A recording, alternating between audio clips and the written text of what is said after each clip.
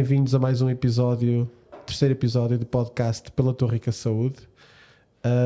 Hoje estamos com a Sandra Reis, que é enfermeira dos cuidados paliativos e vem partilhar connosco a sua experiência, o seu conhecimento mais dirigido aqui nesta área. Olá Sandra, bem-vinda, obrigado por estares cá. Olá Miguel, eu é que agradeço por teres-te lembrado de mim. Espero que não te vais meter em alhadas. Não, tenho a certeza que não. Olha, se houver queixas, o culpado és tu. Okay. Tu é que me convidaste. Eu assumo. Se for um problema, eu assumo, não te preocupes.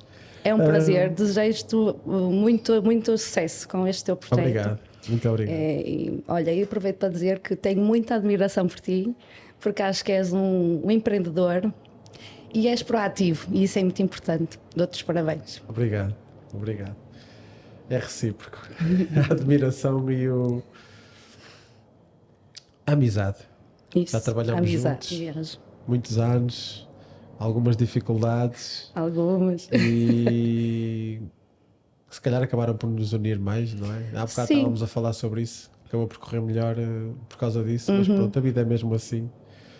E olha, eu gostava só de te pedir que fizesses uma breve apresentação, só para o pessoal te ficar a conhecer do teu percurso, se quiseres académico, profissional, pode ser desde o início ou então só desde que entraste para a licenciatura de enfermagem. É um percurso para a enfermagem não muito normal, que seria se calhar acabar o ensino secundário e ingressar logo no curso superior de enfermagem. No meu caso não foi esse.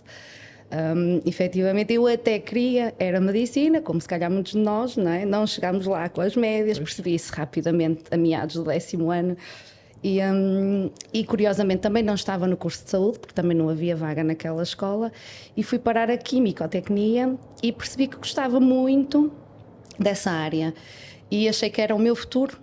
Só que depois concorri tudo mal, fiz as médias mal para as coisas específicas e na altura havia uma nota média mínima para concurso. Quem não atingisse essa nota mínima nem sequer podia concorrer ao curso e portanto eu, como fiz os meus cálculos todos mal, fiquei logo excluída. E ponderei muita coisa, desistir de estudar e trabalhar, e colégio militar, porque na família tenho muitas fardas, GNRs, PSPs, guardas fiscais. Fui crescendo com esse ambiente, ponderei, mas não tinha a específica de português, que era obrigatória, portanto tive que arrumar com essa ideia também. E com a ajuda dos meus pais para incentivarem os meus estudos, porque senão eu ia parar mesmo ali, já desmotivada, fui para o privado. E concorri para tudo, menos a enfermagem. Tudo o que podia, não é? Que tinha média. E na altura fui parar à podologia sem saber o que era. Fui ver o plano de estudos, o que é que era a podologia, agradou-me. Depois, quando comecei o curso, gostei, percebi que tinha muita coisa da saúde, anatomia, químicas também, que eu também gostava. Pronto, mantive no curso, sem muitas perspectivas de futuro, porque não era uma coisa nova. Em Portugal, os meus professores eram espanhóis, fiz exames em espanhol, coisa que nem deveria ser permitido, mas na altura era o que tínhamos. Pronto. Isso com 18 anos?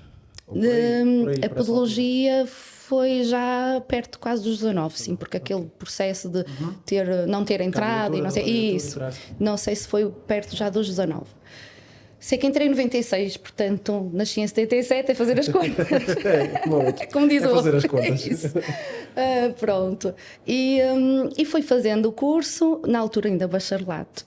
Saiu a licenciatura bioetápica, já a trabalhar na podologia, fiz a licenciatura bioetápica, concluí em inícios de 2022, em 2002, e percebi, quando comecei a trabalhar, que eu tinha muitos déficits de conhecimentos da saúde e eu tinha pacientes reais que tinham patologias reais e que eu não sabia muitas das vezes o que era, se aquilo tinha repercussões no pé, se não tinha, e se eu pudesse mexer no pé, se ia agravar. Terapêutica, zero. Eles diziam a terapêutica que estavam a tomar e eu ficava a olhar, tipo, como aquela expressão se diz. Farmacologia, não é? Na podologia. Tive, mas uma coisa básica. Era muito básica, eu não tinha noção dos nomes comerciais, eu sabia o que era aquilo, para o que é que servia. Todas as vezes tentava escrever para tentar perceber o que era depois mais tarde, mas nem sabia escrever, porque às vezes depois parecia mal, diga lá outra vez. E pronto, e fazia de conta, está bem, pronto. E pronto, e isso não me sentia confortável a trabalhar dessa forma e pensei, ok, eu vou ter que estudar novamente. E ainda era solteira, a viver com os pais incentivaram também, ok, vai lá, ainda no privado. E nessa altura, sim, ponderei a enfermagem, mas não fui para a enfermagem, ainda não. Isto devia ter sido para aí já em 2003, penso eu. Os meus pais queriam fisioterapia, disseram que em termos de retorno, depois também financeiro, poderia ser melhor do que outra área. E então, como eram eles a pensar, a pagar o curso, eu fiz-lhes à vontade. Um mês depois de estar no curso, percebi não era isso. Não, eu não vou ser fisioterapeuta, mas agora vamos levar isto para a frente.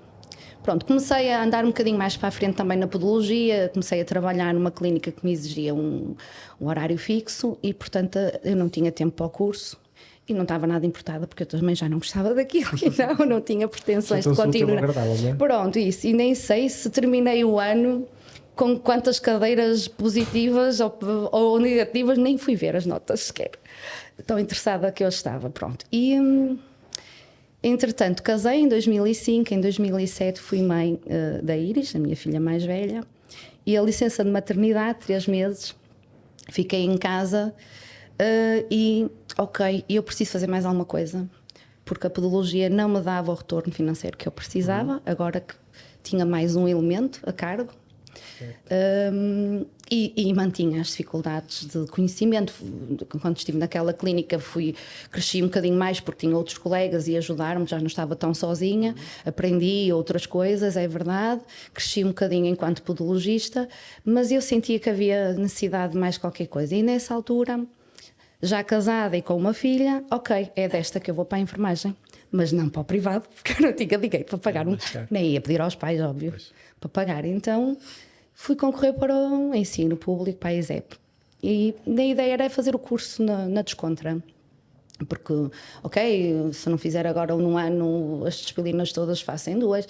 Só que quem conhece a ESEP é impossível. Ou nós acompanhamos o ritmo ou não. Ou não acompanhas mesmo isso. E depois, não consegues. E ficamos marcados, Sim, não é? sim. Não é?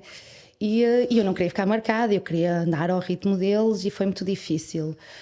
Porque entretanto engravidei da minha segunda filha e fiz parte o segundo semestre grávida do primeiro ano. Puérpera no início do segundo, com uma filha de 1 mês. Foi difícil, foi muito difícil. Muito apoio familiar, muito apoio do marido, que remédio. Pois. E depois estudava tudo à noite, porque se trabalhava, porque eu fui mantendo alguma coisa da podologia. Continuavas na podologia a trabalhar? Sim, muito pouco, mas ia gerindo. Porque tu entraste na ESEP no ano a seguir a mim. Eu entrei em 2007. A Iris nasceu em 2007, eu não entrei em 2008. E eu tinha aulas das 8 às 20 todos os dias. Pronto, para acompanhar as aulas, eu no segundo semestre era quase impraticável optei só ir às aulas práticas e deixei tudo que era teórico. Já tinhas 2 filhas e trabalhavas. Isso, e eu foi uma opção. Custou-me muito. Porque não tendo a teoria eu tinha que fazer o trabalho de casa. Tinhas que estar em casa a estudar quase Isso, e então eu fazia tudo à noite, porque não havia hipótese. Passei muitas noites em branco a estudar e refleti isso ao longo dos anos, porque eu cheguei a um período que já não entrava nada. E eu passava tempos a ler e achava que tinha ficado com o conhecimento e no dia a seguir não sabia, não me lembrava de nada. Custou-me isso, repercutiu-se depois nos estágios, porque depois queriam que nós demonstrássemos conhecimento teórico. E eu não tinha. Gostava-me imenso, mas tive bons professores. Apanhei bons professores que perceberam as minhas circunstâncias de vida e ajudaram-me imenso. Porque eu depois compensava na prática. Vá lá, menos mal. Essa parte, se calhar, menos mal, sim. Tinhas a vantagem de já ter outra experiência. E encontrei-me na enfermagem, porque de facto eu percebi que gosto de cuidar, gosto da parte instrumental e cresci e fui melhor podologista por causa da enfermagem, sem dúvida, porque comecei a dominar a parte terapêutica, as patologias, comecei a interligar o que é que uma coisa tem repercussão noutra e a aconselhar o meu paciente. Não estava tão focada só no pé. Isso. E ajudavam, quando eles me falavam, porque tem este problema, estou a tomar esta medicação, olha, e eu dava-lhe conselhos, e porquê que não faz isto? E porquê não? Porque já tinha depois outra bagagem. Que era o que sentias que faltava. Sem dúvida. Não tinha. E a enfermagem ajudou muito na podologia. Pronto, conhecemos-nos, eu acho que posso dizer o local, certo? Podes. No HSM, não é? Eu terminei o curso isso em 2012, julho de 2012, e uma época péssima de enfermagem. Para arranjar emprego era o fim do mundo. Eu penso que foi um ano que houve o grande êxito de enfermeiros recém-licenciados para, não é? Para a imigração. Para a Inglaterra. Certo, foi o grande, acho que foi o boom, foi naquele ano. Que era quase a única solução que havia, não havia concurso nem mais nada. Muito mal, uma época péssima da enfermagem. E eu tinha então 2 filhas pequenas, recursos financeiros. Era o meu marido que sustentava-nos, basicamente, porque a podologia dava para as minhas despesas de deslocações e pouco mais. Grandes pais e sogros que nos ajudaram imenso naquele período, muito difícil mesmo. A vida, estávamos numa crise económica. E foi a seguir a Troika. Isso, a Troika. Aquilo foi piorou tudo muito mal. Então eu disse, ok, eu vou ter este plano de vida, eu tenho que arranjar trabalho até ao final do ano, senão vou emigrar. Igual aos meus colegas, já tinha connects, colegas de curso que já estavam lá. Isso. E eu disse, se eu não arranjar trabalho até ao final do ano, eu tenho que sair, porque eu tenho que fazer alguma coisa. Vai-me custar muito pelas filhas, mas se calhar é mais fácil enquanto elas são mais pequeninas do que depois... Estar a emigrar quando elas estiverem mais crescidas e tiverem mais noção. Sim, é isso. E pronto, a nossa querida Ana Val falou-me que naquela altura, era a minha colega de curso, beijinho para ti, que tinha conseguido um trabalho. Como? Onde? E ela, não, o HSM, São Martinho. E eu, como? São Martinho? Eu sou lá podologista. Como é que eu não me lembrei do São Martinho? E eu, pois eu nem me lembrei que eles tinham internamento. Tinha um internamento em cima. Porque eu fazia consultas de podologia. E eu assim, carambas, como é que eu não me lembrei disso? Nem vou lá falar, não te importa? Claro que não. Pronto. E foi assim que eu consegui ir para o São Martinho, a recibos verdes, 5 euros a hora. Sim. Mas eu disse, ok, eu nunca fui apologista de nós sermos os promotores como é que eu ia dizer, da precariedade na enfermagem. Mas as minhas condições naquela altura era ou aceitas isto ou vais para fora do país. Sim, e acabava por ser 5 isso euros que ditava, a hora na altura era um dos melhores pagamentos a recibos, era. porque havia pagamentos abaixo de 2 euros. Havia 1 euro e eu sabia pessoal que trabalhava. Naquela altura era muito mau. E eu disse, é. ok, estou perto de casa, porque era relativamente perto. Ganhas experiência. Ganho experiência e ganho algum. Porque nos grandes hospitais também ninguém nos aceitava sem termos alguma Pois, isto é um experiência, ciclo, não é? Não tem experiência, não pode trabalhar. Sim, não trabalha, mas não tem vai experiência. trabalhar porque não tem experiência e nós ficávamos E ali andávamos no limbo. nisso completamente. Pronto, e foi assim que nós nos conhecemos. É verdade, um grupo de trabalho espetacular que me ajudou imenso. Crescemos, acho que todos juntos. A gente estávamos a dizer isso ainda há bocadinho. Eu disse isso. Eu fui uma sortuda, de facto, nas pessoas que fui tendo ao longo do meu percurso de profissional, como profissional e como pessoa, porque eu acho que quem é enfermeiro não consegue de não crescer também como ser individual. A enfermagem não dá, não é? A enfermagem, se nós queremos ser bons enfermeiros responsáveis, temos que mudar também a nossa forma de ser, não é? Porque senão não me parece que somos hipócritas. Eu acho que não conseguimos ser bons crescemos muito, crescemos muito, porque temos que saber lidar com os colegas. Pois é. Nós somos péssimos colegas, não é? Uns com os outros. Não somos. Maioritariamente somos muito maus colegas. Acho que estamos num período de mudança. Acho que já se nota um bocadinho. Eu acho que sim, já se nota um bocadinho, mas acho que nós somos de facto muito maus colegas uns com os outros. Somos exigentes, criticamos e às vezes, em vez de ajudar, somos os primeiros a apontar o dedo e a rebaixar. E a deitar abaixo. Isso. E olha, eu ouvi o segundo episódio da Sofia, ela queixou-se disso, que sentiu muito isso. Foi mal não é? recebida.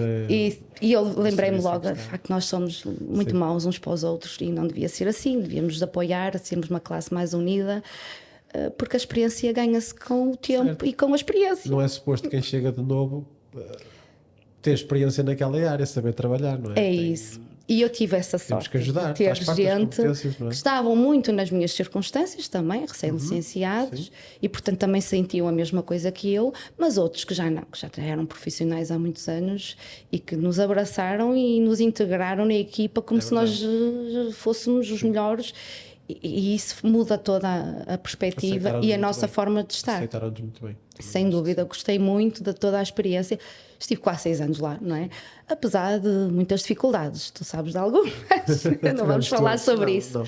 O Ricardo, do primeiro episódio, foi um desses enfermeiros que já lá trabalhava há alguns anos e que nos recebeu, pelo menos a mim, e acho que a ti também, recebeu muito bem. O Ricardo É o Ricardo, não é? é mesmo, é ótimo, é excelente, ele é sempre inexplicável, uma excelente pessoa, muito boa pessoa. Tranquilo, apoia, não gosta de crítica, não foge disso, nada. É verdade. Beijinho. Ele também vai ouvir, de para certeza. todos agora. Também de certeza. Pronto, neste percurso então da enfermagem não fica por aqui e não ficará. Tive necessidade também, pronto, é aquilo que estávamos a dizer, ok, eu tenho que fazer alguma coisa porque se eu não saio disto, é bom ter a experiência, estar aqui a ganhar, mas temos que fazer, Tens que evoluir. Tem que evoluir, tem que sair daqui, tem que ir para um contrato em melhores condições, não posso ficar aqui. Concursos, vamos concorrer, ficávamos sempre, eu... Morríamos na praia. Isso. Sempre. Então, ok, eu tenho que fazer cursos, tenho que fazer formação, tenho que investir em mim. E eu, ok, vamos fazer uma especialidade, o quê? Reabilitação, eu já tinha passado na fisioterapia, disse, não, nada disso. Depois pediatria, obstetrícia, eu disse não. Curiosamente, eu quando fui para a enfermagem, o meu trigger para a enfermagem foi após o nascimento da Iris, como eu disse, por causa da experiência de gravidez. Eu tive um ótimo obstetra que me explicava tudo, eu era muito curiosa, queria saber. E então, quando fui para a enfermagem, eu queria a área da obstetrícia. E quando passei no estágio da obstetrícia, eu disse, nem pensar. Nunca mais. Nem pensar. Nada contra. Sim. Grande trabalho, é necessário, é preciso, mas não me revi naquilo. E eu disse, não, eu não posso, não é isto, não, obstetrícia não. Então fazer especialidade nessa área também não. E depois eu não vou também encarreirar a minha carreira, deixem-me passar agora aqui, deixem-me passar aqui este, parece pleonasmo, não é? Não vou estreitar a minha carreira profissional numa área tão específica, eu tenho que escolher uma coisa mais abrangente, porque eu não sei onde é que vou parar quando for para um hospital público ou eventual, não é? Sim. Então escolhi a médico-cirúrgica, que é abrangente. Era uma área abrangente e que te deixava muitos serviços. Certo. E chegámos à altura dos estágios. Fizeste na ESEP também? Sim. Só por curiosidade. Bolseira nessa altura. Que eu disse, não tinha condições. Tive que ser bolseira. Sim, era a minha condição. Ou eu tenho bolsa ou não vou fazer a especialidade. Sim. E consegui metade do ano como de bolsa. E já ajudou. Já mas foi assim ainda um encargo grande. Foi, mas metade, na altura fizemos a simulação, para metade dá. E eu, ok, já é uma ajuda, vamos lá então para a frente. Era a minha condição, eu não podia fazer a especialidade se eu não tivesse apoio. E então, o que é que eu pensei quando chegámos aos estágios da especialidade? Já tinhas tido estágios de medicina, de cirurgia, no curso base. Dizia, ok, agora vamos fazer coisas diferentes. Não é que eu vá lá ficar, mas vamos passar por experiências diferentes. Pensei eu para mim mesma, não é? Então, eu nunca me imaginei num serviço de intensivos ou de urgência. Acho que eu não conseguia porque eu estresso. E eu quero dar resposta e depois ver tanta gente e não consegui chegar, e eu acho que não era para mim. Intensivos, eu sou uma pessoa da comunicação, eu tenho que interagir com o meu doente e ele tem que falar para mim. Tenho alguma dificuldade se esta parte não existir, porque é a minha forma de estar e de cuidar com o doente, é através da comunicação. E portanto eu não me conseguia rever nos intensivos. Mas eu disse, mas eu quero a experiência, ainda assim. Não consegui. porque os estágios voaram e a única coisa que aproximou dos intensivos e da urgência foi um intermédios na cardiologia, no Padre Américo. Pronto, foi interessante, muita coisa que eu não sabia aprendi, e depois paliativos, passei no IPO e eu ali encontrei-me como enfermeira.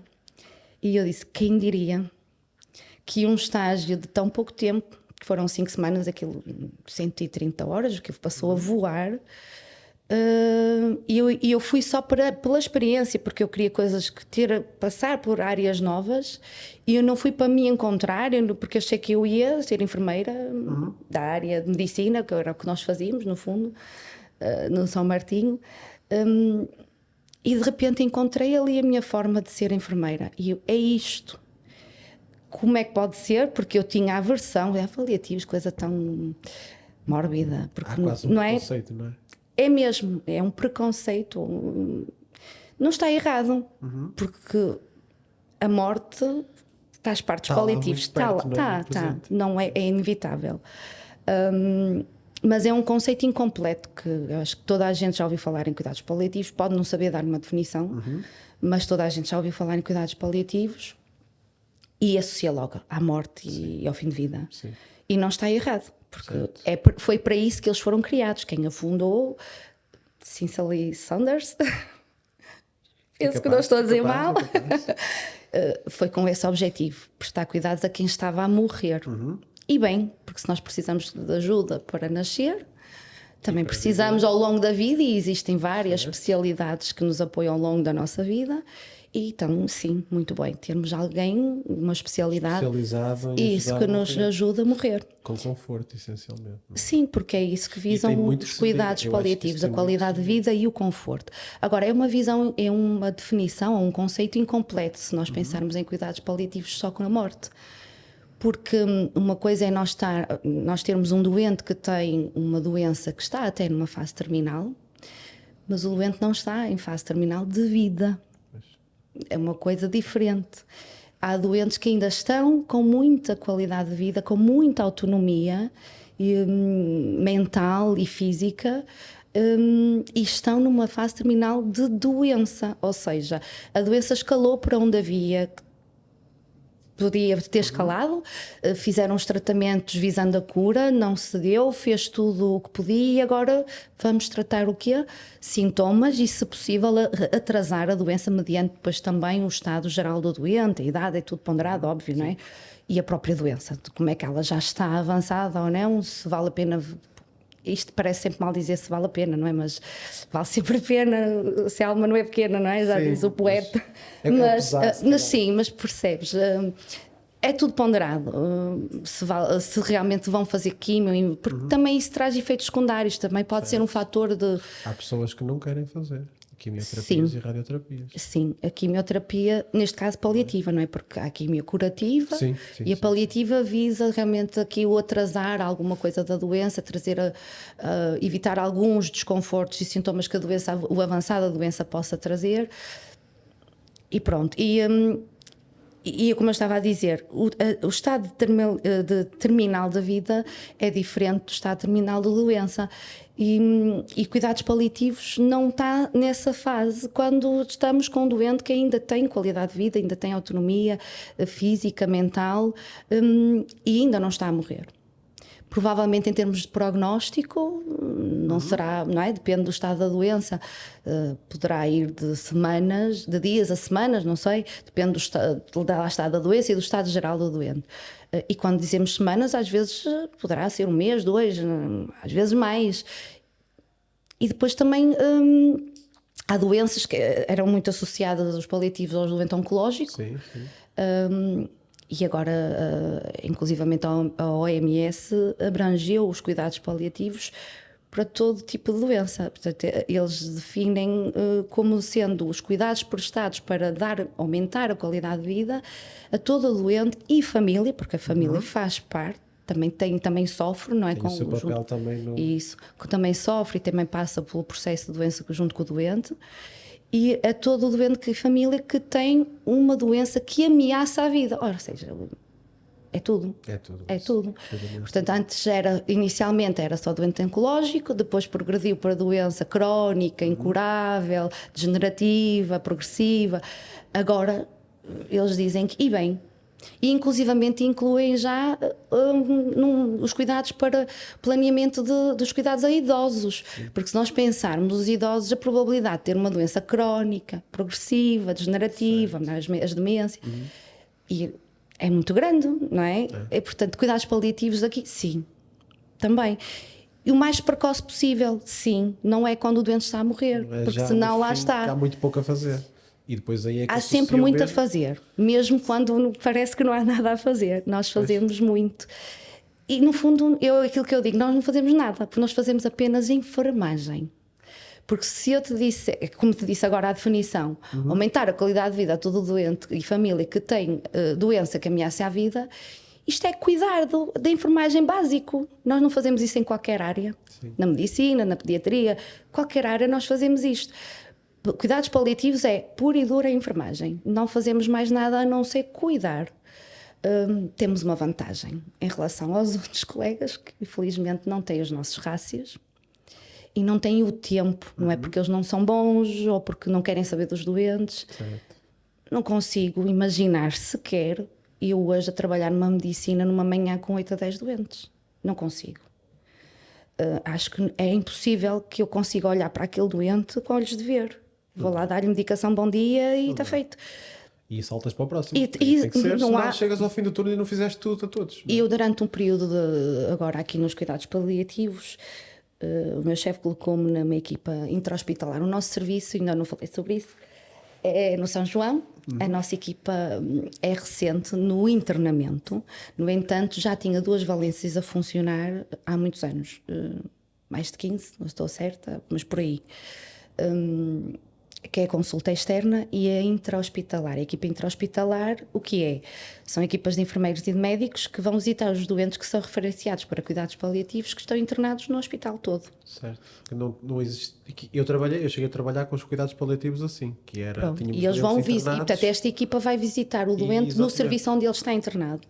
Imagina que tu tens um doente na medicina. Não há um espaço físico de cuidados paliativos dedicado. O doente continua internado no serviço, a ser cuidado pelos enfermeiros e pelos médicos daquele serviço, com o apoio dos paliativos. Certo. Imagina que tu tens um doente internado na medicina e pedem a colaboração da medicina física da reabilitação. O que é que vocês fazem? Vão lá avaliar o doente. Certo. Vão ao serviço trabalhar com o doente. Certo. E depois, eventualmente, até fazem o plano e ele vai ao ginásio se tiver condições, certo? É isso? É isso tudo. Pronto, no nosso caso não mandamos ninguém para o ginásio. Pronto, não é? Mas, atenção, não mandamos, não é verdade. Temos muitos, é verdade, não temos muitos, mas temos alguns casos. Pode haver benefícios da reabilitação. Sim. Agora ia dizer aqui uma gafe. Por exemplo, a reabilitação nos paliativos também existe e faz cada vez mais falta. E temos que investir nisso também, por isso pensa nisso também, de nos visitares. Sim, faz muita falta. E temos alguns doentes com muito potencial, mas que não seja a reabilitação respiratória. Pois é, isso estava a pensar. Uma das primeira coisa que me salta logo à cabeça foi a motora também, mas a respiratória, sim. Pode-se ter grandes resultados e há vocês devem ter muita taxa de doentes com câncer de pulmão. Sim.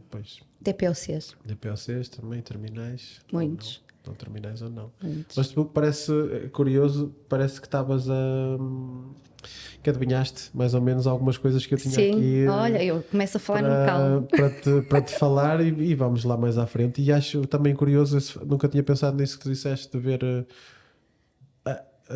a doença está em fase terminal, ou está em fase terminal da doença, mas a pessoa não está em fase terminal de vida.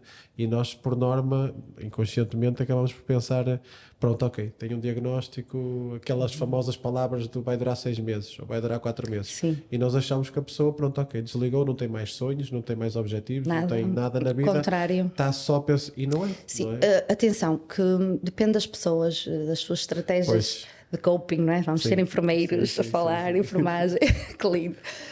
Não, depende dos seus recursos, porque há pessoas que sofrem muito com o diagnóstico e quando dizem, e acontece muito isto quando chegam ao nosso serviço e o doente sente isto muitas vezes, infelizmente, não deveria ser assim, mas acho que é algo que depois vai sendo trabalhado ao longo do tempo.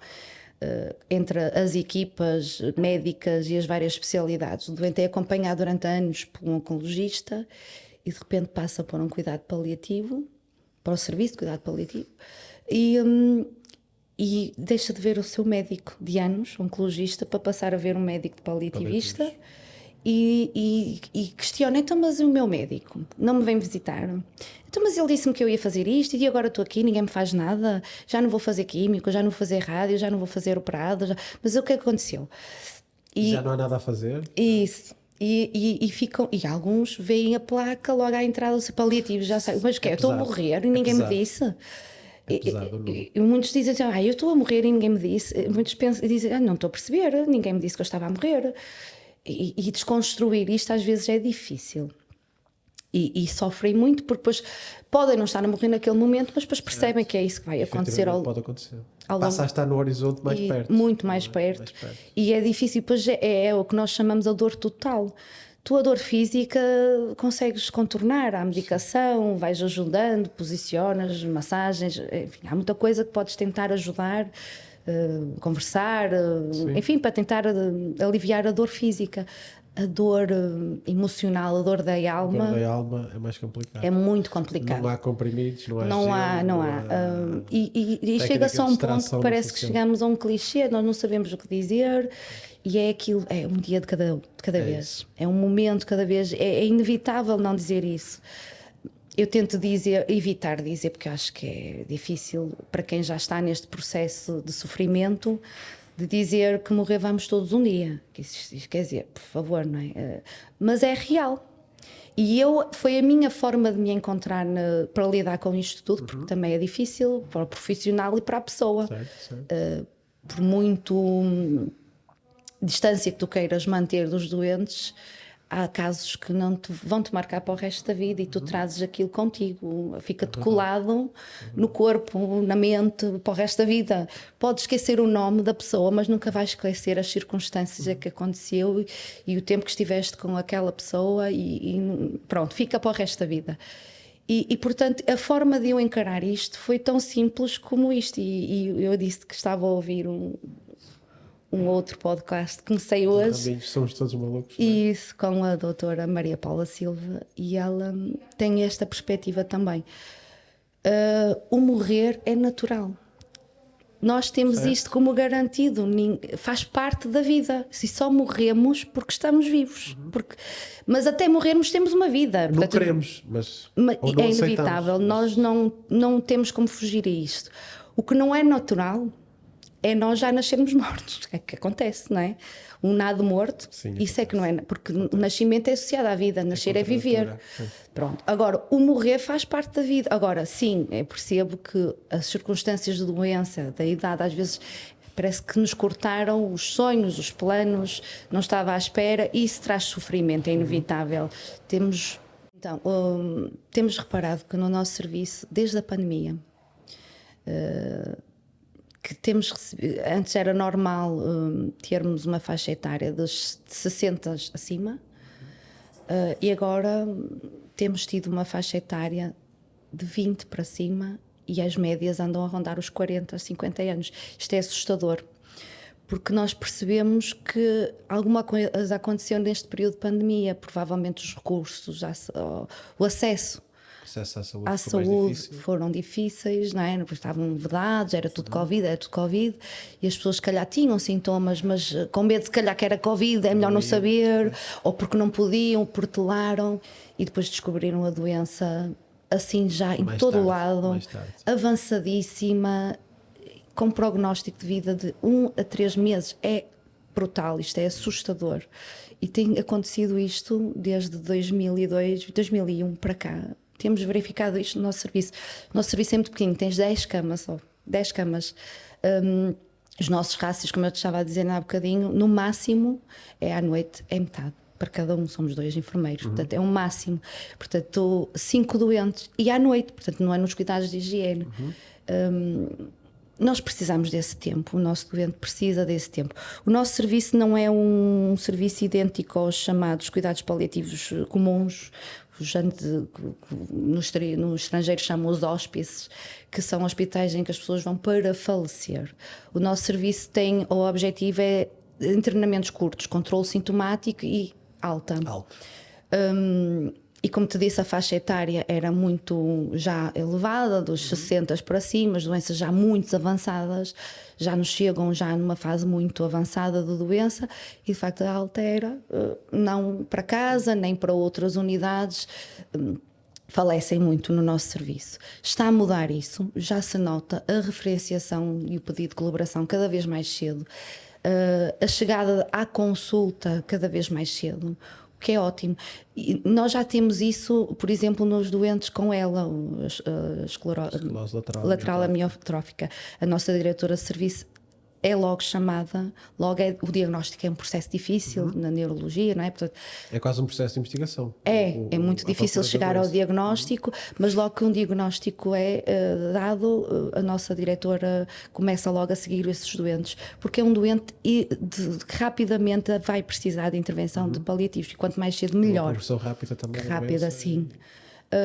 E esse é só um exemplo, e nós temos doentes a ser acompanhados, este tipo de doente, há anos, e portanto não estão a morrer. Certo. É só o exemplo. As pessoas não têm muita noção. Isso, temos anos, temos doentes que estão a ser, e está a ser acompanhado por paliativos há anos, e estão vivos. Continuam bem. Isso.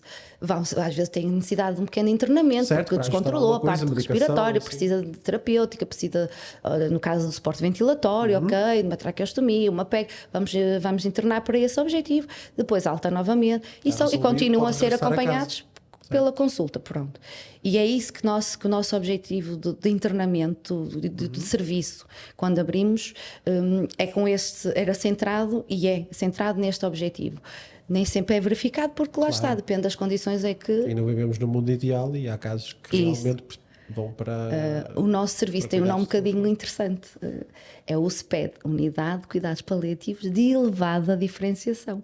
Porque o objetivo é mesmo este, é sair um bocadinho daquilo que é o normal dos paliativos, porque não tínhamos camas suficientes para ter um doente que possa estar meses num processo de doença prolongada. Facilmente ficavam uns 10 camas cheias, meses, que às vezes pode não ser meses, pode ser anos. Pronto. Mas sim, acontece também, porque se vamos referenciar um doente, por exemplo, a uma unidade de cuidados paliativos, já não depende de nós a saída do doente de serviço, e não vamos pô-lo na rua, óbvio. Vamos pô-lo quando ele tiver alta. Quando ele tiver vaga para a unidade é que foi referenciado. Pronto, e até lá tem que ficar connosco.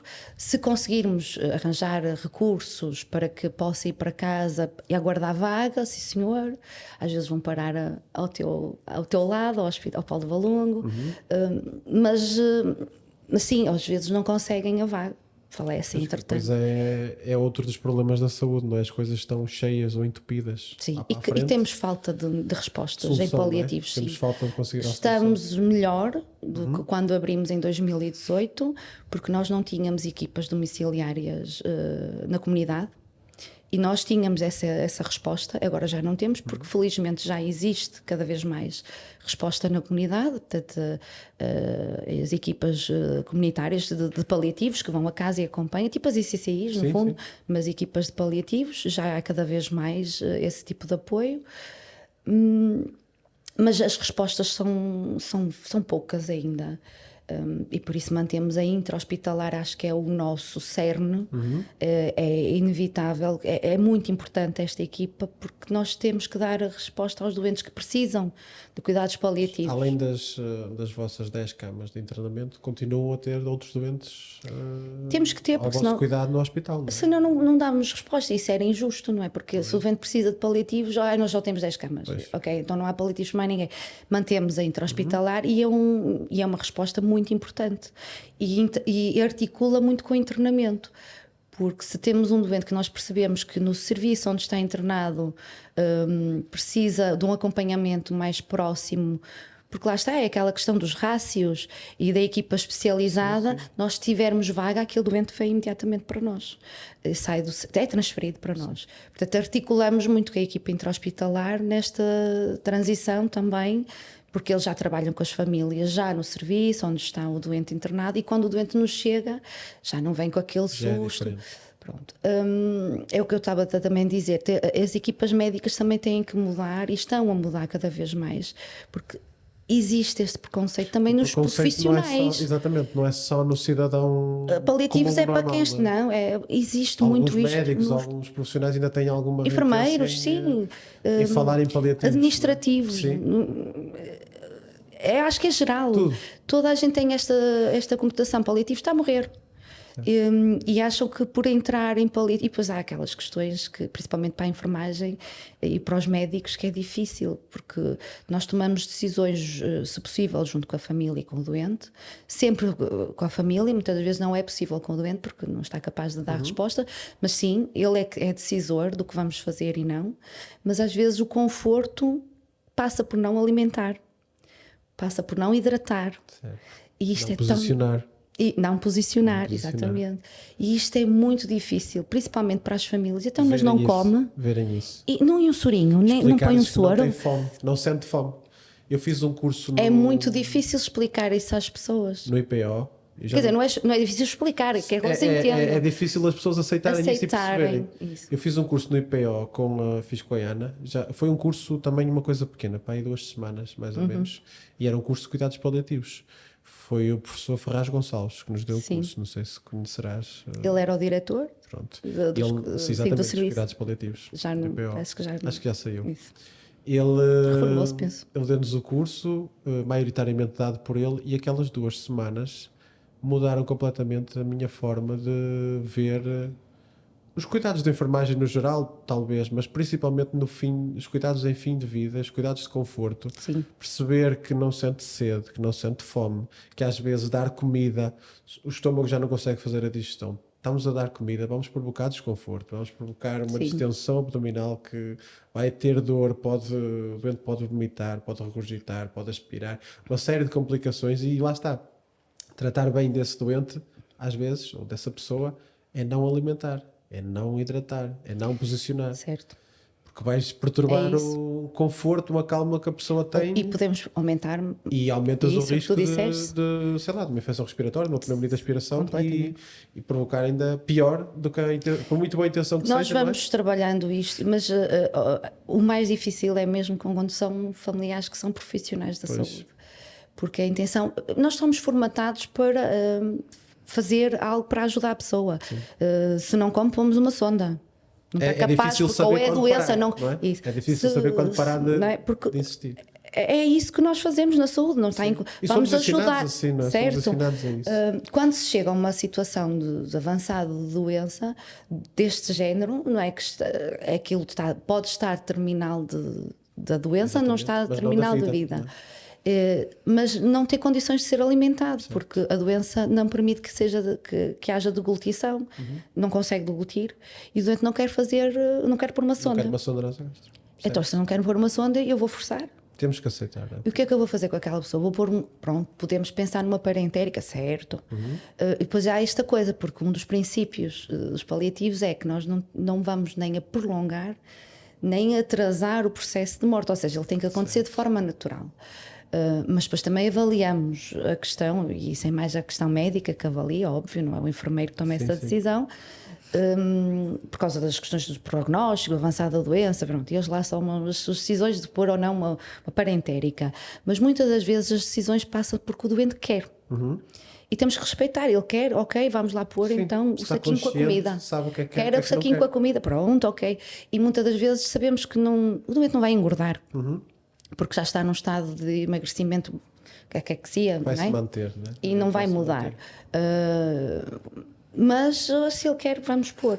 Se há condição, porque o doente ainda tem aqui algum tempo, alguma qualidade de vida, ok, ainda tem alguns planos, quer ir a casa, tem uma neta, um neto, quer crescer, isso, ou um filho, que nasceu quando ele estava no hospital. Faz anos e o objetivo, ou tem um filho que vem de fora. Isso. Há metas ainda a concretizar, transfundimos, fazemos o que for possível, faz químio, o que tiver que ser, porque vamos ajudar o doente a atingir essa meta e concretizar isso, sim. Depois, ok, depois vamos gerindo. As decisões têm que passar pela família e pelo doente, mas não é fácil. E vamos... No fundo, há de haver situações em quase que passa ali muito perto da distanásia, não é? De prolongar o sofrimento, ou melhor, se mantivermos esse mindset de fazer tudo, investir e carregar de Mas nós também temos doentes que querem isso. Sim, mas há doentes que querem tudo. Até não... Até prejudicar-se às Enquanto vezes, puder, até provocar desconforto. Sim, eles querem, não, eu quero que façam tudo o que tiverem, o que puderem fazer. Tudo o que for possível. Pronto, chega-se a uma altura em que a resposta é: não é possível em termos curativos, para a doença não há mais nada a fazer, o que é que nós podemos fazer? E depois as opções são muito... os riscos das opções às vezes são muito elevados, e pesam, e passa pela morte também. E se você quer se manter assim e ainda pode ter alguma qualidade, apesar de não fazermos mais nada dirigida à doença, ou quer arriscar, vamos fazer uma cirurgia e pode ficar ali. Pois. E já não há mais amanhã. E isto é difícil tomar esta decisão porque o doente quer fazer, e mesmo com o risco às vezes. E às vezes pode correr bem, às vezes pode correr mal, pois é aquela questão de tentar tudo, tentou tudo. Mas isso é respeitar. Mas cuidados paliativos, sim, é isto. Não é só quando o doente está a morrer, mas é inevitável que a morte tem que ser falada, tem que ser. E depois eu acho que é uma cultura. Nós não falamos na morte, mas ela tem que ser planeada, porque ela vai acontecer. A todos, a toda a gente. A toda a gente. E às vezes somos apontados, como eu costumo dizer, na nossa vida, sem contarmos, que eu vejo isso a acontecer ali, não é? E se nós não temos nada planeado, depois os outros que ficam... Ainda vai ser mais difícil. É mais difícil para eles, porque vão tomar decisões que não sabem o que é que nós queríamos. Qual era a nossa portanto, vontade? falar deste assunto é extremamente importante.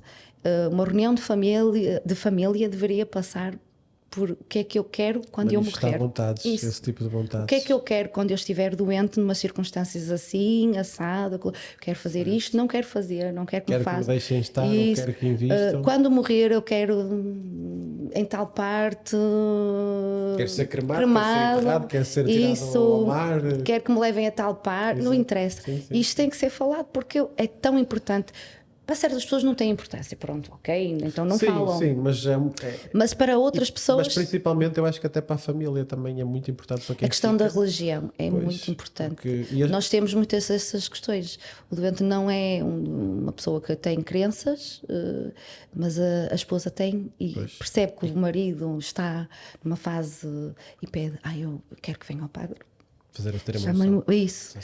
Santa unção. A santa unção. Isso. E nós muitas das vezes, mas não era vontade do seu marido. Mas pois é isso. Mas é minha. Mas e agora? E muitas das vezes chamamos o padre para que o padre possa falar com a esposa e ajudá-la a tomar a decisão de que não é a vontade do seu marido. Portanto, tem que respeitar. E isto às vezes é muito difícil. Também porque lá está, mais um fator de sofrimento para a família. Mas não deixamos nunca de acompanhar e entrar nos paliativos, e nós temos que abordar esta questão, porque o doente pode até ter um prognóstico de algumas semanas e se calhar não vai acontecer. Agrava rapidamente e até para nós acaba por ser uma surpresa e muitas das vezes não chega ao segundo dia de internamento. E portanto nós temos que abordar esta questão com a família, porque senão como é que vamos... Ok, entrou hoje, vamos falar de objetivos de internamento, mas eu tenho que falar mais de alguma coisa. Porque eu depois não sei o que é que vou fazer. Vou falar com quem? Vou ligar para o pai, para a mãe, para a filha? Vou dar a notícia a quem? Porque nós somos depois os portadores das más notícias. A quem é que ligas? Se acordas quando à noite, isso. não é? Faleceu às 3 da manhã ou às 4 da manhã. E nós temos que falar com a família sobre isso. A essa hora ou quer que espere? E é muito mau dizer, ok, eu acabei de chegar o doente acabou de chegar à família e eu já tenho que falar sobre isto. Porque as pessoas ainda não estão mentalizadas para isso. Porque se calhar mas nós temos que falar. No futuro, indo normalizando estes temas e estas questões, se calhar as pessoas já aceitam isso de outra forma e não veem como tanta surpresa. Já sabem que vão lá chegar e que vão ser questionadas disso, vão ser... abordadas para saber o que é que elas querem que se faça ou não, não é? Certo. Eu vou-te ler aqui uma parte, 2 pontos, só para saber se tu concordas com isto ou se achas que isto realmente existe, que encontrei no site do SNS, que diz que outra parte eu já tinha aqui, mas que acabaste por já tocar nesse assunto e já disseste o que eu queria falar, que era a parte holística dos cuidados paliativos.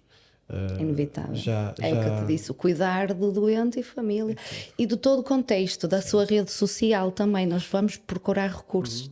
Porque ele vai precisar deles e temos que perceber o que é que a comunidade oferece, que recursos é que aquele doente depois pode precisar.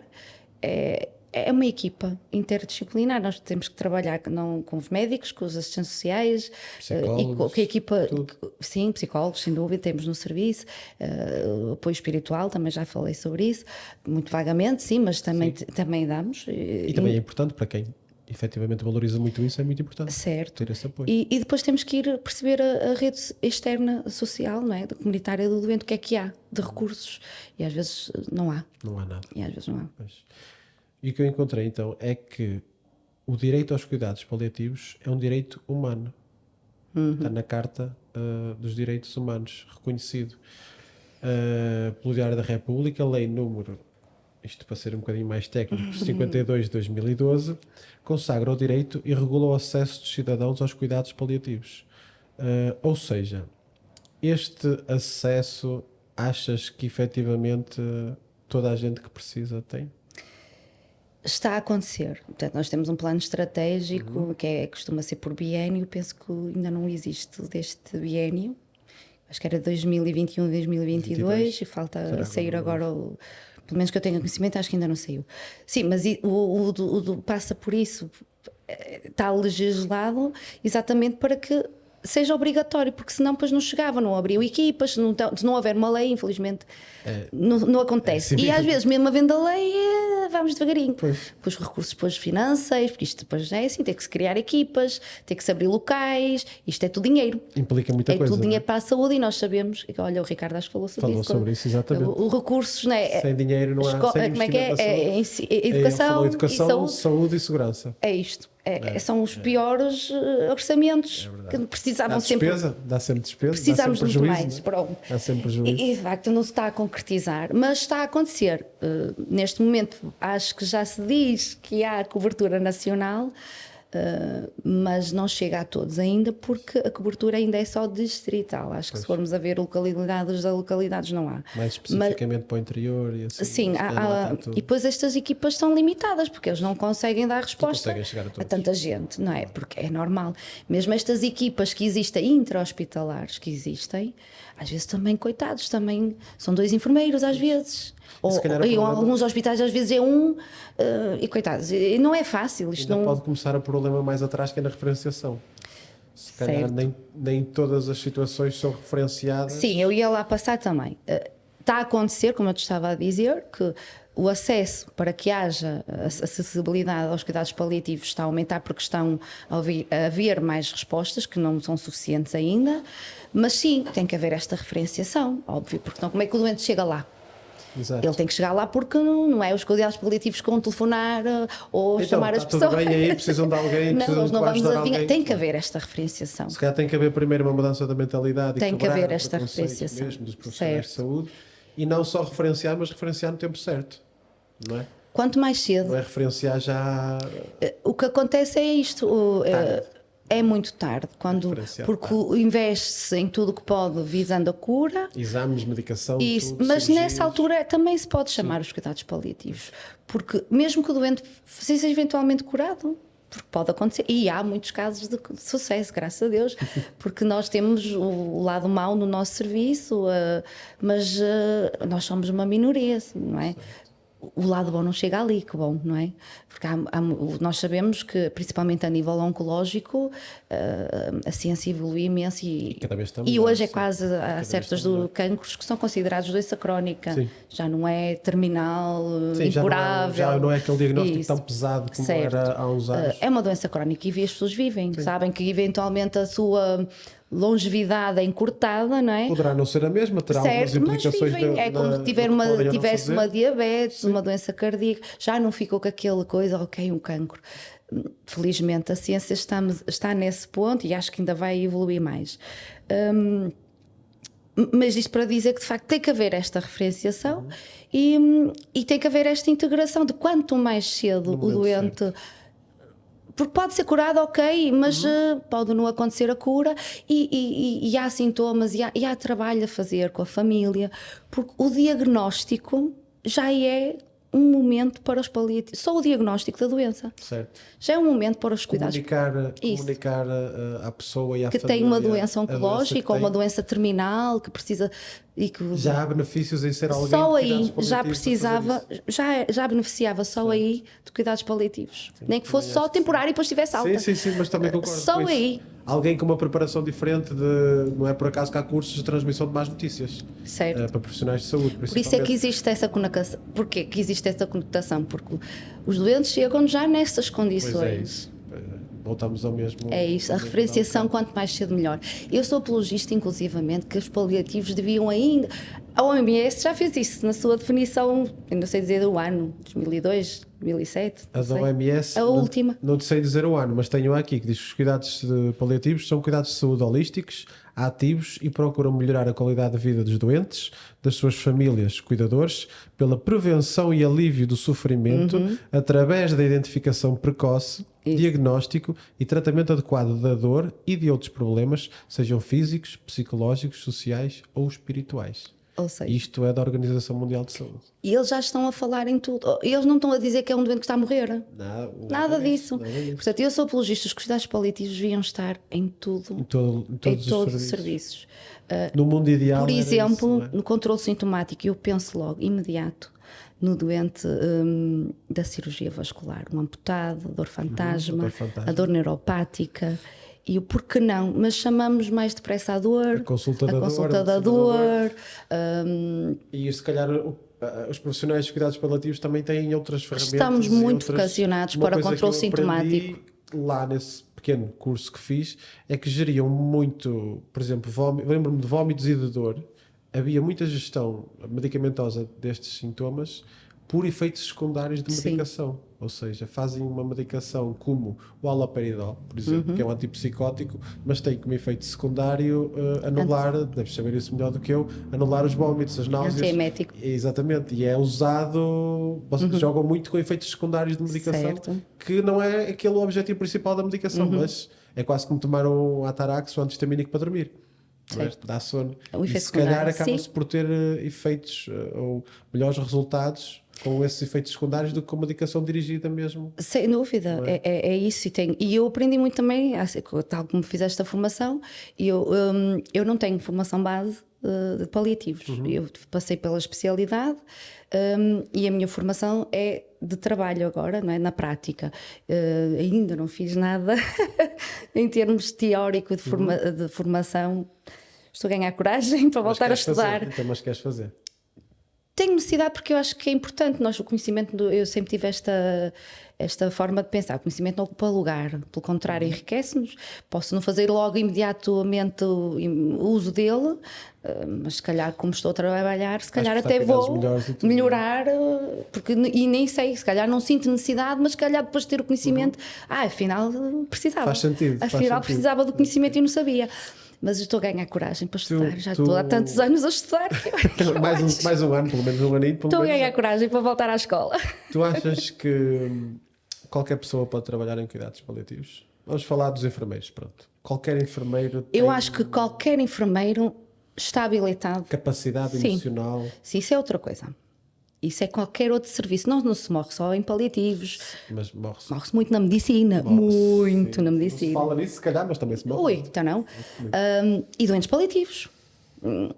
Que não são referenciados, ou coisas se calhar já estão referenciados. Sim, e que estão lá. E que estão lá. A ser acompanhados por essa equipa intra-hospitalar. Move-se tem em todo lado. Portanto, não é? Aquele clichê, aquela frase... Para morrer basta estar vivo, e numa condição de doença a probabilidade de acontecer ainda é maior, não é?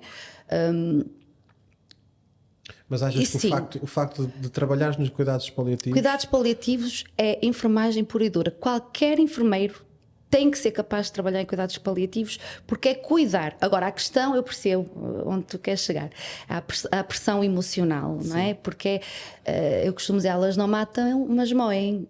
É assim, e há momentos muito de sofrimento, é pesado no serviço. Nós temos momentos, não é o cansaço físico. Aquilo que falaste há bocadinho, há casos que podes até eventualmente daqui a 10 anos não te lembrar do nome do doente, mas o caso, Nunca mais as vou esquecer, circunstâncias, sim. a história. Nunca me vai. Isso. E eu não sei, suponho eu que no teu serviço vocês lidam mais com esses casos mais marcantes, mais pesados, por assim dizer. Claro. E que é necessário vocês terem uma gestão de emoções. É difícil. Há casos que são muito difíceis. Pelo menos acima da média, não é? Mas assim, eu sou uma pessoa muito emocional.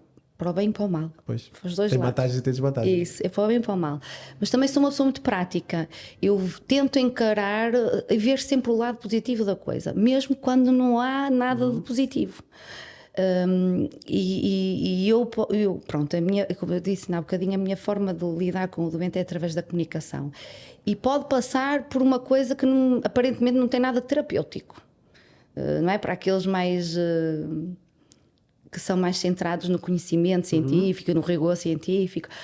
Falar coisas assim por dizer, então, mas isso não vai trazer dados relevantes para a enfermagem, não é? Tem que ser uma conversa que tenha um objetivo. Mas não, eu faço conversa à toa. Mesmo, porque o meu objetivo é descentrar a pessoa da doença. Exatamente, estás a tirar a atenção da pessoa, certo. Estás a tirar e vou peso. Estabelecer uma coisa com o doente: confiança. E isto é tão importante. A pessoa olha para mim e já se ri. Pois. Porque já sabe que eu vou ser uma estarola, que se for calhar vou desatar a dançar e a dizer umas piadas assim do nada. Eu lembro-me de umas circunstâncias de um doente que eu entro de manhã no quarto e ele estava muito choroso, que diz que estava cheio de dor, que não aguentava mais. O senhor já estava internado há algum tempo, atenção. Já tínhamos esta confiança, senão quem ouvir vai dizer, ela é maluca. E ele começa assim meio a choramingar: oh, senhora enfermeira, estou cheio de dor. E eu virei para ele, chamei pelo nome e disse: encosta a tua cabecinha no meu ombro e chora. E ele ficou assim a olhar para mim e eu disse: então, estás com dor, anda lá. E começamos, eu trato os meus doentes por tu, desculpem, quem não achar isto muito bem, quando já tenho este nível de confiança e se perceber que ele não fica incomodado, sim, e se perceber que ele não fica incomodado com isto, é inevitável. A determinada altura eu começo a tratá-lo por tu, não sei explicar porquê. Nós temos é que saber qual não é que consigo explicar porquê e que não podemos tratar por não consigo perceber porque faço, mas também se eu perceber que não há, que não se sente mal, isso, não é? Sim, mas que não é logo de início claro. Eu não tenho essa confiança, mas depois se eu começar e se aquilo me sair e perceber que a pessoa ficou desconfortável, peço desculpa, ok, e já sei que ali não dá para avançar. Mas a maior parte dos meus doentes nunca tive nenhuma circunstância é que se sentissem mal, que me mostrassem desconforto. Se eu perguntar, eu disse isto assim, não... à vontade. Não te importas? Nada. Porque são quase linhas de pensamento. Certo. Mas há pessoas que ficam chocadas, sim, não é? Há gente que é impensável tratar um doente. E eu virei para esse doente e disse-lhe: então, anda lá, então estavas com dor, vamos catar. E ele, a determinada altura, vem os meus colegas entrar no quarto, porque estávamos os dois, amor, assim. E toda a gente, olha, está tudo tolo ali naquele quarto, o que é que se passa? E entraram todos e eu, pronto, a dor passou. Mas a dor do doente passou. Passou, brincamos, fizemos o que tínhamos a fazer. Distraiu-se? Distraiu. E eu disse, ok, se calhar à primeira vista, isso não é nada terapêutico, isso não tem nada... Mas pronto, funcionou e eu sou muito assim. Se pensares no resultado que teve para aquela pessoa... Outro caso que eu também me está a lembrar, um doente muito sério, ele não tinha expressão e toda a gente dizia que ele era intragável, porque era uma pessoa séria. E eu, oh caramba, e agora? Como é que eu chego a esta pessoa? Como é que eu vou chegar a este? Mesmo assim. Ok, e a minha abordagem foi pela presença e dizer-lhe tudo o que eu ia fazer. Ao senhor tal, eu vou fazer isto, esta medicação é para isto, é para aquilo, quer tomar com água, com chá, não quer nada, quer ajuda. Pronto, ele, ok, foi-me dando respostas. No final, precisa de mais alguma coisa, quer que eu faça alguma coisa por si. Assim, a abordagem foi assim, foi numa noite que eu o conheci. E no final da noite eu fui-lhe tirar sangue, porque precisava para a análise e não estava a ser fácil, porque é outra coisa que nem sempre a volemia é o que os nossos doentes têm mais. Não é o ideal, para colher. Então pedi ajuda à minha colega, já depois de 2 tentativas. Eu assim, oh caramba, estou lixada. Ainda logo com este doente, com esta cara assim, olhar para mim, agora é que ele nunca mais vai olhar para mim direito. Vai ficar de trombas e vai ser bonito isto. Vai-me desancar ainda. E eu vou chamar a minha colega, e assim, com muito cuidado, olha, desculpa, isto não está fácil. Mas muito descontraída também, não vou ficar ali com o caso, eu sou prática. Eu pronto, antes que o furo todo, foi qualquer coisa assim, fiz assim uma brincadeira, eu fiquei tipo coador. Mas nunca desistes de tentar, não é? Apesar de ele ser mais sisudo ou menos expressivo. Sim, não, eu vou há ali. Espaço para tentar Sério, uma não, sim, fui assim, antes que eu fique aqui todo furado, tipo coador, qualquer coisa do género, já não me lembro. Eu vou chamar a minha colega, pronto, e ele sempre sério. Minha colega conseguiu, ela trabalhando nas urgências muitos anos, não foi por acaso. Isso, e ok, maravilha. E depois no final agradeci, pedi desculpa novamente pela situação. E perguntei-lhe se ele precisava de alguma coisa e ele, preciso de 2 braços novos. E esboçou-me um sorriso e eu virei para ele. Desbloqueou. E eu disse, eu não acredito, o senhor fez uma piada comigo? É verdade. Isso é uma piada? Fez uma piada comigo? E eu, pronto, ok, às obrigada. Vezes também é uma defesa das pessoas, não é? Têm barreiras. E houve uma vez que esse mesmo doente passou a tarde comigo e a família, estava o filho e a esposa, a contar-me anedotas. E eu, pronto, já percebeste, não é? E quem estiver a ouvir depois vai ver as minhas gargalhadas no serviço inteiro, entoam completamente. E disse, Sandra, está com o senhor...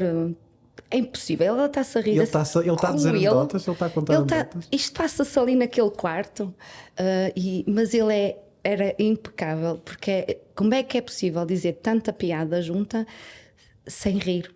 Pois. Eu não consigo, mas foi impecável, foi uma experiência. E tenho estas experiências, e isto marca isto sempre, claro. Ensina-me.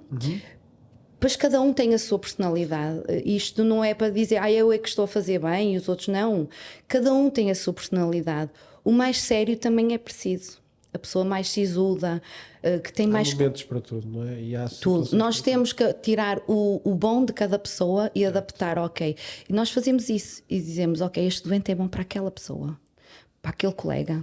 Olha, pus-te com esse doente por causa disto. Achei que tu é que vais falar com essa pessoa. Ideal para falar com ele. Porque vais lá, eu sei que consegues ir lá. Eu não consigo, por exemplo, tentar abordar logo as questões do doente, com o doente, da morte, o que é que significa a morte, a doença, que significa que a doença lhe trouxe, o que é que aquilo tudo, como é que ele está a vivenciar aquele processo. Eu não consigo abordar logo se não for ele a deixar a chegar lá. Se ele me der o fiozinho, eu pego. Porque eu não consigo chegar lá. Não consigo fazer isso. Ou ele me dá a deixa para eu lá chegar, ou eu não consigo ser tão diretiva. Mas tem quem o faça nesse serviço. Pois. E quando é preciso nós percebermos. Essa pessoa chega, eu sei, tens que ir lá tu, porque eu não vou lá. O doente não me dá nada e eu não vou deixar-me fora chegar lá, ok, claro. Eu sofro, não é? Não consigo. E tens que ser tu aí lá. E pronto, e isto é retirar os recursos da equipa. Retirar o melhor de cada para em favor do doente e da família. Em favor da pessoa, não é? Só tenho mais 2 questões. Mas sobre concordar, diz, concordo, claro.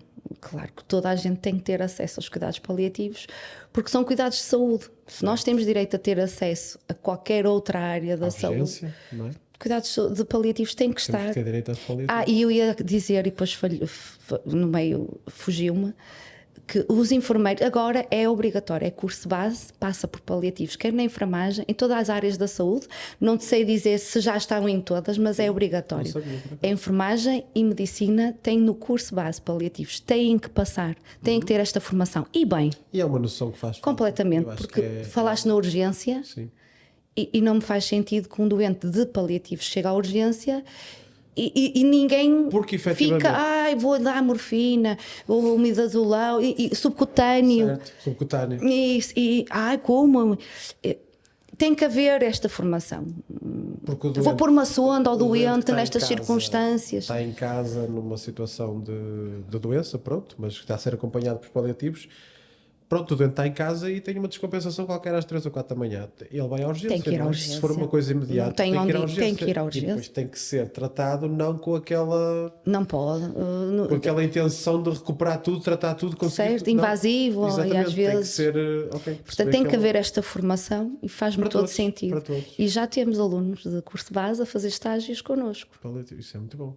E de médicos também vão. Sim, Os médicos depois são acompanhados com os nossos médicos, sim. Mas já do curso de base. E isso faz todo sentido. Acho que nós vamos melhorando devagarinho. Estamos a caminhar. Não é? O caminho faz-se caminhando e estamos a caminhar. É devagarinho, mas lá vamos lá chegar, que se calhar um dia. Eu acho que sim. Dias Acredito. que Pelo dias menos de vamos seguir. melhorar. Queria-te perguntar a tua opinião sobre a eutanásia. O que é que tu achas? Discordo. És contra? Só. Por este motivo, eu sei que disse e continuo a dizer que se a vontade do doente, e temos que respeitar a vontade do doente, mas uma coisa é a vontade do doente para morrer, ele precisa de ajuda para morrer, mas a morte vai acontecer pelo processo de doença natural. Eu não vou intervir, eu não vou fazer nada que vai provocar a morte.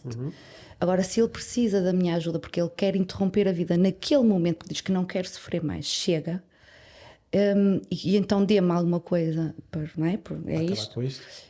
Eu não concordo. Mas não vou ir contra a vontade do doente. Portanto, se isso um dia avançar e chegar ao novo serviço, eu vou ser objetora de consciência, certo. Mas não vou impedir que o doente tenha com outra pessoa. Pronto. Mas eu não o vou fazer. E sei de muita gente no meu serviço que não o vai fazer. Exatamente por causa disso, porque nós sabemos o que é que nós fazemos. Nós ajudamos nos cuidados, no controle sintomático e ajudamos a morrer. O doente não tem que morrer em sofrimento, mas há dor que nós não conseguimos chegar. E há casos de frustração até para nós, porque nós percebemos que não fomos capazes. Tentarem tudo e não conseguir às vezes chegar e aliviar o sofrimento daquela pessoa. Ajudar a pessoa não conseguimos, há casos de frustração. Mas nós sabemos que em termos de físico a pessoa não tem, mas que não seja, nós podemos chegar no limite de sedar o doente, não é? Porque antigamente todo o doente palíativo era sedado. Não é isso que se preconiza, não é isso que fazemos. Se tivermos condições de ter o doente lúcido, consciente, dentro da possibilidade e controlado sintomaticamente, então porquê é que tem que estar a dormir? Não precisa. Aliás, falámos há bocadinho também em off sobre isso. Faz bloqueios, não é? Vocês podem fazer bloqueios neurológicos. Isso, para controle da dor. Para controle da dor e a pessoa... em termos de estado de consciência, controlou e não precisou de ser sedada. Está sedada para não sentir. Pode haver uma situação em que tenha que se chegar a esse ponto, em que não há controle sintomático, com medicação, não se está a conseguir, a pessoa entrou num estado de dor, sofrimento e pede para dormir. Ok. Vamos pôr o doente a dormir, mas também não entramos logo com a sedação, é logo imediata, a sedação é progressiva e vamos validando. Há vários níveis de sedação. Sim, iniciamos um período, ok, quer dormir, pomos o doente a dormir, a descansar, 2 horinhas. Depois vamos validando se quer manter, se mudou de ideias, se é isso que quer, continua com essa vontade, aumenta-se a dose de base de sedação e vamos progredindo até que a pessoa fique sempre a dormir e vamos mantendo a pessoa tranquila e confortável, aparentemente aos nossos olhos, aos nossos olhos que esteja confortável, porque era essa a vontade que ele queria, que ele manifestou. Agora, interromper a vida naquele momento, não sou capaz de o fazer, porque é contra tudo aquilo que eu tenho de minha convicção, de meus valores. Eu sou daquelas pessoas que digo que quando eu estiver em algumas circunstâncias de doença é para fazer tudo, até não poder fazer nada. Já tiveste essa reunião com a tua família para falar sobre isso? Já. Falaste há um bocadinho. Gostou muito com os meus pais. Ela disse, Sandra, por favor, vamos falar sobre isso, pensar. Isso tem que ser, porque quando acontecer, quem fica depois, o que é que eu vou fazer? E agora? O que é que eu tenho que saber o que é que vocês querem. Sim. Já falei com as minhas filhas. Abordei o assunto da morte com as minhas filhas muito cedo. Porque a minha filha mais velha, a Iris, passou, e na altura vivenciou e com alguma... Agora se calhar não sei se lembrará muito, a mais nova não tem noção, da morte do meu avô, bisavô dela, e portanto aquilo fez-lhe algum... criou ali Teve impacto. Teve impacto nela. E ela questionou o que era um morrer e chorava e tinha sofrimento com o morrer, o que é a morte, e sofria.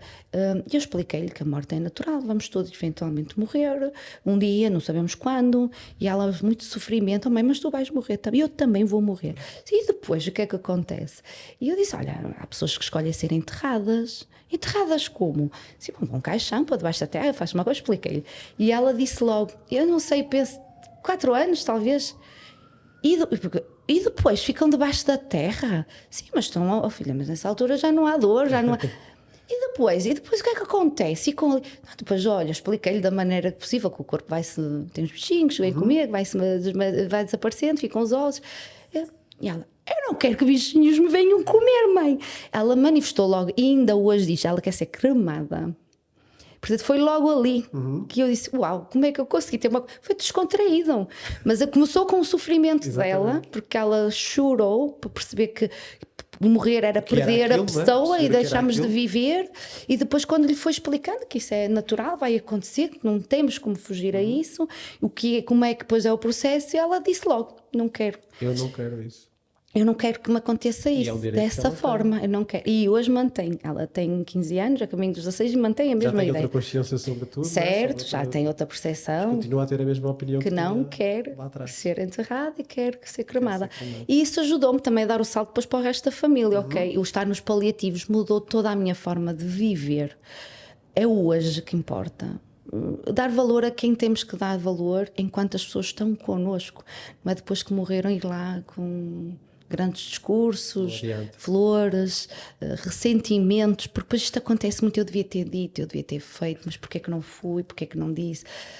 Vocês devem ouvir muito esse tipo de discurso das pessoas, às vezes. E eu vejo isto. Falta-me falar com depois alguém. Trago para mim, porque eu digo assim, que se eu estivesse, ou tivesse alguém naquelas circunstâncias, o hoje é muito importante. Isto parece um clichê, mas o viver é hoje. Eu amanhã não sei se lá estou. Ou alguém dos meus estar lá. Portanto, é difícil fazer isto. O dizer que gosto da pessoa diária, não faço, isso é óbvio, mas tento. Tens essa noção sempre na parte de trás do pensamento? Que a algum momento eu tenho que ter dito esta pessoa que é importante para mim, que tenho que demonstrar, tenho que ter tido essa consciência. Ou se ainda não aconteceu, vai ter que acontecer, porque eu não sei o dia da manhã, nenhum de nós sabe, e viver, então eu não faço pés de meia, meu marido se estressa com isso. Amanhã acontece alguma coisa, amanhã se acontecer alguma coisa logo se vê. Olha, também não a vamos andar a pedir. Se Deus quiser, se for assim uma coisa grave, também não olha. Também não ia ser não vai ser o pé de meia, não vai baixar, só se fosse o Euromilhões, como se diz. Por isso o pé de meia é, ok, ter algum, mas é para o meu restaurante de sonho, que eu agora vi no Instagram e quero lá ir conhecer e vou lá comer uma francesinha, 4 francesinhas e deixo lá 100 euros. Fácil, hoje em dia é fácil. E eu digo assim, não acredito que eu fui comer... Vamos gastar gastamos 100 euros em 4 francesinhas só porque foi no restaurante XPTO. Pronto, mas é isto. Mas tem o significado que tem. Pronto, e eu disse, ok, mas eu gosto de comer, é um dos prazeres da vida. Foi um bom momento. E conheci, se calhar não volto lá mais. Pronto, se calhar voltas lá mais vezes. Pronto, depende. Mas é isto. E o meu marido estressa. Fins de semana, eu olho para o meu horário, fim de semana, vamos fora. Aproveitar. Vamos fora, aonde? Não interessa. Vamos ver aonde. Vou para o Booking, tentar perceber onde é que eu posso ir. Ou então vou ver uma viagem que esteja ali em promoção. Fomos a Paris, assim, também no fim de semana. E eu assim, por que não vais ver nada em Paris no fim de semana? Eu não vou, o que eu quero chega. Eu não quero ver muita coisa em Paris. Eu vou lá de já tinhas Paris. Os objetivos direitinhos, consegues fazer no fim de semana. Foi, correu mal. Mas pronto. Mas isso, aprendeste alguma coisa, não é? Correu mal, fui roubada. Foi roubada, não, furtada, é diferente. Fiquei sem o telemóvel. Mas ao menos foi em Paris. Pronto, é isso, podes dizer que fiquei sem telemóvel, não foi no foi Porto, em Paris. Pronto, e é isto, é viver o dia a aproveitar com as pessoas que nos dão valor e nós darmos valor à pessoa. E tenho aprendido a crescer um bocadinho também com isto, porque lidar com pessoas é tão difícil, o meu feitio é tão horroroso nesse aspecto, porque eu sou muito direta e às vezes parece que estou a ralhar com as pessoas e não é fácil lidar, porque as pessoas olham muito mais depressa à forma do que ao conteúdo. E depois dizem, eu costumo dizer, toda a gente diz que gosta de uma pessoa frontal, que diz as coisas na cara. Até essa pessoa uma dizer ova, alguma coisa. não gostam nada, porque é difícil lidar com uma pessoa que... Aceitar isso. Ainda mais assim um bocadinho esgazeada, porque eu já disse, vocês quando estiverem assim comigo, saiam, fujam, deixem-me ter os meus 5 minutos, que depois fica tudo bem. Deem-me tempo que passa. É isso, depois passa. Mas não venham picar naquela hora, porque você vai correr mal. É pior, é incendiário. Eu tenho muito mau feitio nesse aspecto. E então tenho aprendido a tolerar melhor o outro, porque também quero ser tolerada. E não é? Porque é um direito deles. E assim como é o meu, portanto, eu não isso, então tenho que aceitar os erros dos outros, os erros, a forma deles estar, porque nós não somos iguais. E se eu quero que ele ser aceito com o meu mau feitio, eu tenho que tolerar o outro e não tenho que, eu não vou mudar ninguém, tenho que arranjar estratégias para lidar com aquela pessoa o melhor possível, porque é o meu colega de trabalho e tem que continuar a trabalhar com ele. Tem que trabalhar e não vou dar trombas ali com ninguém, eu não sei, isso eu não sei. Posso estar os meus 5 minutos. Sim, mas depois passa. Depois passa. Só para terminar agora, mais uma pergunta que é que eu faço sempre para acabar. Sabendo tudo o que tu sabes hoje, o que é que tu dizias à Sandra de 18, 19 anos que entrou na faculdade? Vai para a enfermagem. Vai para a enfermagem? Ou então se tivesse estudado e fosses para a medicina. Estudasse e fosse... Não, deveria ter entrado mais cedo na enfermagem. Notei que entrei num período muito mau, muito difícil e canso-me agora muito rápido. Eu tenho pouco tempo de fim de enfermagem, então de 2012, que é 11 anos de trabalho, é pouquíssimo, mas já estou tão cansada, são quase 46 anos. Porque se eu tivesse começado com os meus 20 e poucos... Já terias agora 20, talvez? Tinha outro percurso, tinha outra experiência, ganhava mais, sem dúvida, também. Tinha, se calhar, outra qualidade de vida que não tenho agora. E já noto esta dificuldade de trabalhar por turnos, já é muito difícil. Portanto, se eu pudesse dizer alguma coisa à Sandra dos 18 que não quis enfermagem, concorreu para tudo menos enfermagem, vai para a enfermagem. Naquela altura era o que eu devia ter, porque era o tempo das vacas gordas, sei que houveram, mas o tempo bom da enfermagem havia melhor do que quando acabamos. Sim, muito melhor. Os enfermeiros daquela altura todos arranjavam trabalho, todos e pronto, queriam. Sim. Podiam escolher serviços, hospitais e tudo. E nós andávamos atrás de alguém que pegasse em nós, não era? É isso. Pronto, olha, Sandra, gostei muito de falar contigo. Não desiludiste nada, foi mesmo que eu estava à espera. Espero também não desiluda quem estiver depois, quem for ouvir. Tenho certeza que não, foi uma conversa muito produtiva. Até acho que tínhamos muito mais para falar. Sim. Só de cuidados paliativos. Sim, muito. Experiência. Exatamente, casos. Tínhamos muito mais coisas para estar aqui a conversar, mas pronto, temos também o nosso tempo, as nossas limitações. Claro. E muito obrigado. Nada, eu é que agradeço pela experiência, obrigado. Porque nunca tinha passado por isto e olha, foi uma coisa nova. É uma experiência, é mais um conhecimento. Foi uma coisa nova. Já podes dizer que foste um podcast. E isso já me sinto assim importante agora. Falar sobre o teu trabalho. Sinto-me importante. Podes usar não, isso. Mas a verdade, sinto mesmo. É uma honra, porque tu pensaste em mim por uma coisa desta, o projeto é teu. Portanto, é óbvio que tu não queres que corra mal. É assim, eu tento procurar o sucesso do projeto. Sinto-me lisonjeada até que tivesses pensado em mim. Acho que muito obrigada mesmo. Deves encarar como um elogio para mesmo, muito obrigada, é isso. Obrigada mesmo. Para cá, por isso não tens nada que agradecer. Eu é que te agradeço e olha, gostei muito. Muito obrigado. Obrigada. Possivelmente, se calhar depois mais à frente podemos ter outra vez outra conversa sobre outros temas dos cuidados quando paliativos. Quiseres. Explorar ou outras coisas. Outras coisas diferentes. Muito obrigado. Obrigada. Obrigado. Espero que tenham gostado, então. Foi o 3º episódio com a enfermeira do Serviço de Cuidados Paliativos do Hospital de São João, Sandra Reis, minha amiga também. Até ao próximo episódio. Não se esqueçam de seguir o canal no Apple Podcasts, no YouTube, Spotify, todas as plataformas, para estarem atentos aos próximos episódios e às próximas novidades. Obrigado, Sandra. Obrigada. Até à próxima.